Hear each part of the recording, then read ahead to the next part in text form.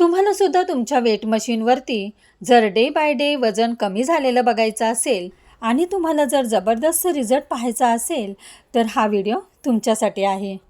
तर रोज सकाळी आणि रात्री झोपण्याआधी तुम्हाला ही पावडर गरम पाण्यामध्ये घ्यायची आहे।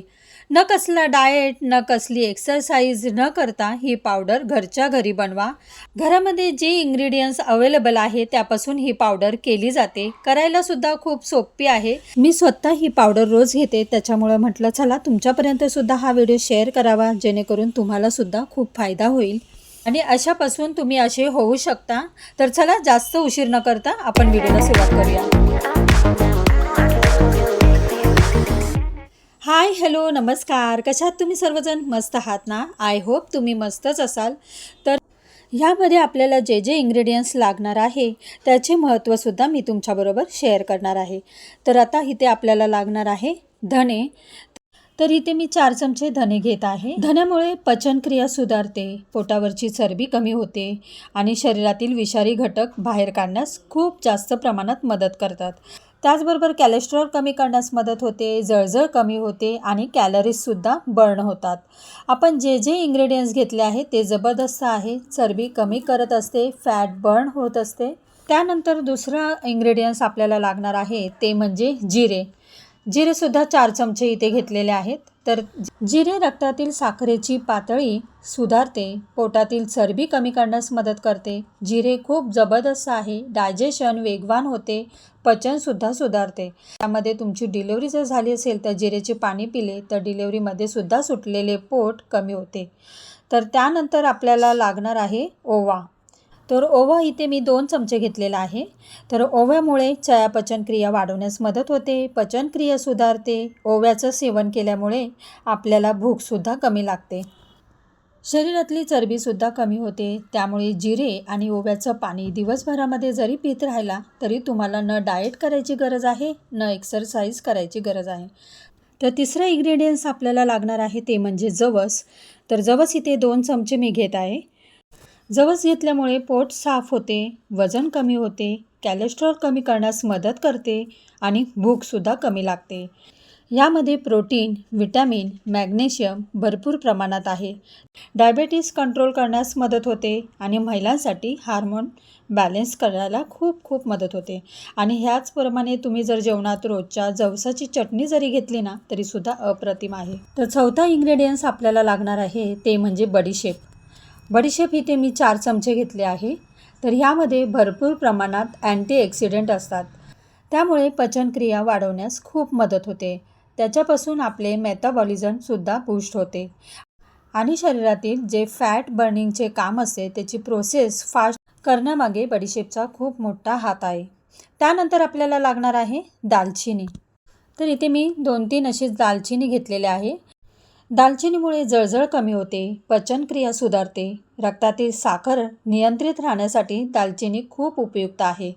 जर कोणाला डायबिटीज शुगर आहे तर त्यांनी सकाळी उठल्याबरोबर फक्त दालचिनीच्या पाण्याचं जरी सेवन केले ना तरी त्यातील रक्तातील साखर नियंत्रित ठेवण्यास खूप मदत होते। तर आता आपण हे सगळे इंग्रेडियंट्स घेतलेले आहेत, ते खूप खूप फायदेशीर आहे, पोटाची चरबी कमी होते आणि त्याचबरोबर आता मी इथे 1 चमचा मेथी घेतले आहेत।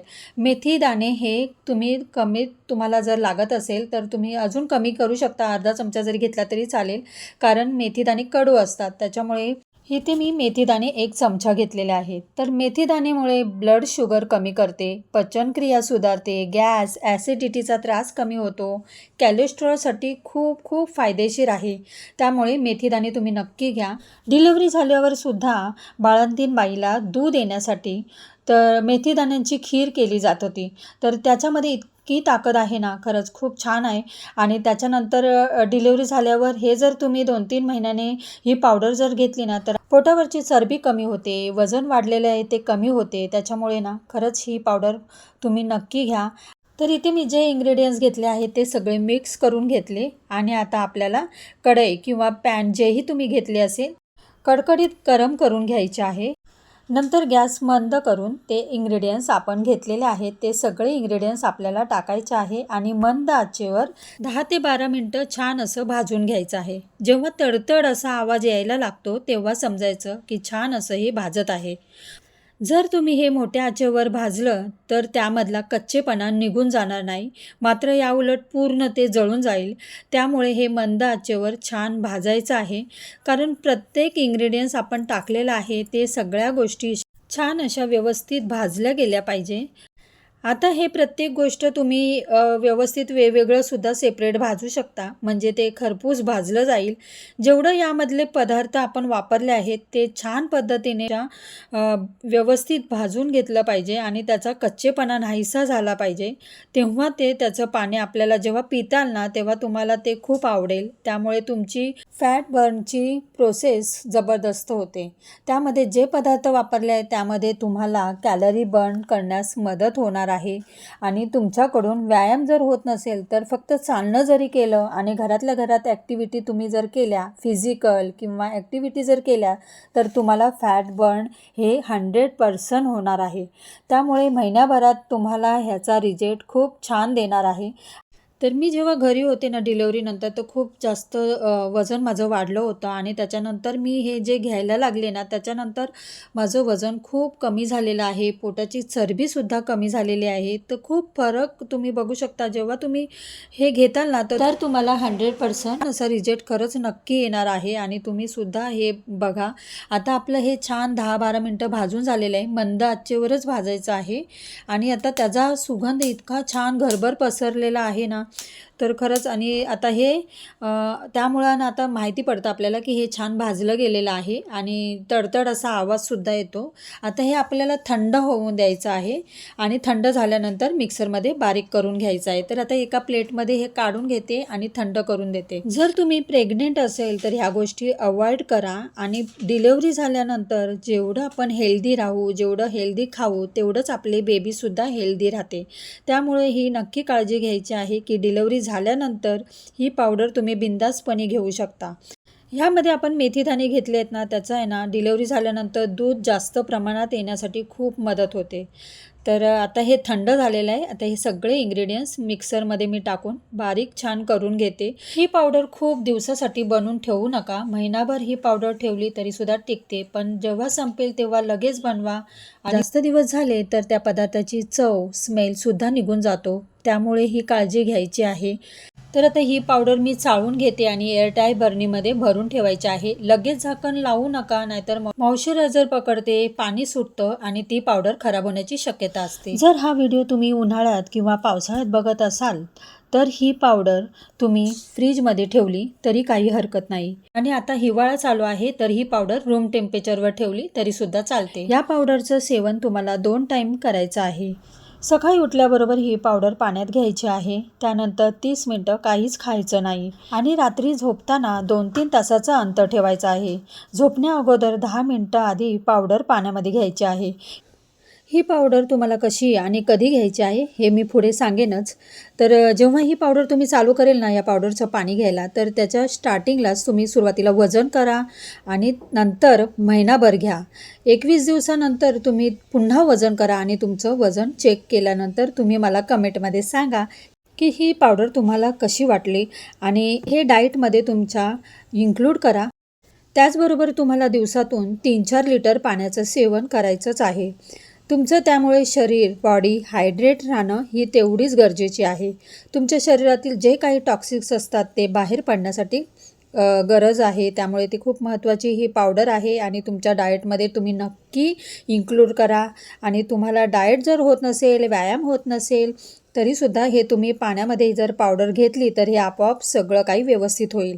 आपलं शरीर निरोगी राहण्यासाठी आपल्याला व्यायामाची सुद्धा गरज असते. पण जर वेळ नसेल आणि तुम्हाला नुसतंच डाएटमध्ये ही पावडर जरी इन्क्लूड करायची असेल ना तरी खूप उत्तम आहे. पण बेसिक व्यायाम हे करणं त्याचबरोबर जरुरीचं आहे. त्यामुळे तुम्ही डाएट करताना ही पावडर घेताना तुम्ही नक्कीच थोडंसं का होईना अंगाची हालचाल करा, ॲक्टिव्हिटी करा आणि तुम्ही एक्सरसाइज करा. थोडंसं डाएट करायला सुरुवात केली ना तर एवढं जबरदस्त आहे ना ही पावडर. तर छान असं आपण भरणीत भरून ठेवायचं आहे. थोडा वेळ अशीच भरणीमध्ये ही पावडर ठेवून द्यायची आणि नंतर झाकण लावायचं आहे. लगेचच झाकण लावू नका, कारण त्याच्यामध्ये मॉइश्चर पकडेल आणि खराब होण्याची शक्यता असते. त्याच्यामुळे थोडा वेळ थंड होऊन द्या आणि नंतर झाकण लावा.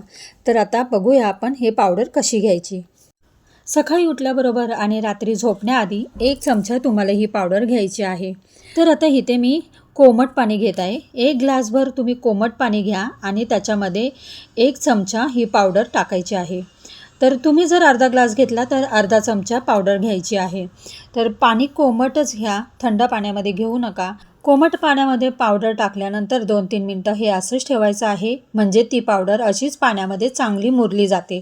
त्याचा पूर्ण अर्क पाण्यामध्ये येतो आणि त्यानंतर व्यवस्थित फिरवून घ्यायचं आहे आणि त्यानंतर हे पाण्याचं सेवन तुम्ही सकाळी उठल्याबरोबर आमाशापोटी करायचं आहे। ज्या पद्धतीने आपण सकाळी गरम चहा पितो ना, त्याच पद्धतीने हे पाणी घ्यायचं आहे आणि ह्या पाण्यामध्ये उत्कृष्ट अशी चव लागते। त्यामुळे तुम्ही नक्की तुमच्या डाएटमध्ये ही पावडर इन्क्लूड करा आणि छान असा रिझल्ट मला नक्की कमेंटमध्ये सांगा। तर कसं वाटलं हे तुम्हाला डाएट पावडर मला नक्की सांगा आणि आय होप हा व्हिडिओ आवडला असेल। तर व्हिडिओ आवडला असेल तर नेहमीप्रमाणे लाईक, शेअर, सबस्क्राईब करा। तर चला व्हिडिओचा मी इथेच एंड करते। पुन्हा भेटूया अशाच नवनवीन व्हिडिओमध्ये। तोपर्यंत खुश राहा, आनंदी राहा, काळजी घ्या, बाय।